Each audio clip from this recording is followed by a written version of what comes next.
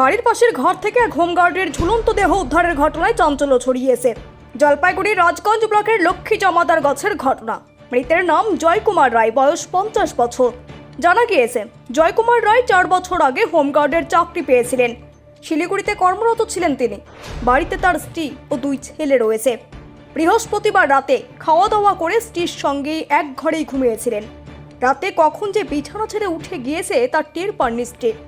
শুক্রবার সকালে ঘুম থেকে উঠে দেখেন বাড়ির পাশের একটি ঘরে জয়কুমারের দেহ ঝুলছে।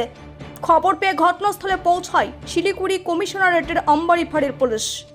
দেহটি উদ্ধার করে ময়না তদন্তের জন্য উত্তরবঙ্গ মেডিকেল কলেজ হাসপাতালে পাঠানো হয়েছে।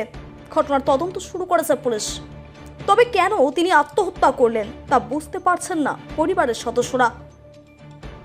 এমন ঘটনায় শোকের ছায়া নেমে এসেছে পরিবার সহ এলাকা জুড়ে।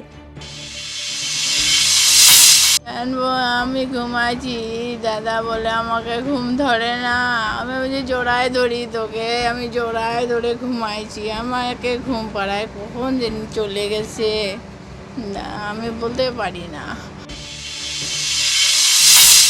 হ্যাঙ্গিং করে দিয়েছেন এইটুকু শুনলাম।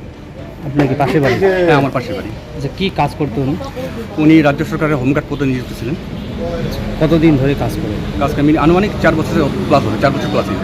বয়স কীরকম? বয়স 50-র কাছাকাছি। বাড়িতে কে কে আছে? বাড়িতে ওনার স্ত্রী আছে আর 2 ছেলে বর্তমান। তো আজকে এসে কি শুনেছেন? শুনলাম ওইটাই শুনলাম, গলায় ফাঁস দিয়ে আত্মহত্যা করেছে। সেটা কারণটা খুঁজলাম, কারণ খুঁজে তো পেলাম না। জলপাইগুড়ি থেকে সীমান্তের কথার বিশেষ রিপোর্ট।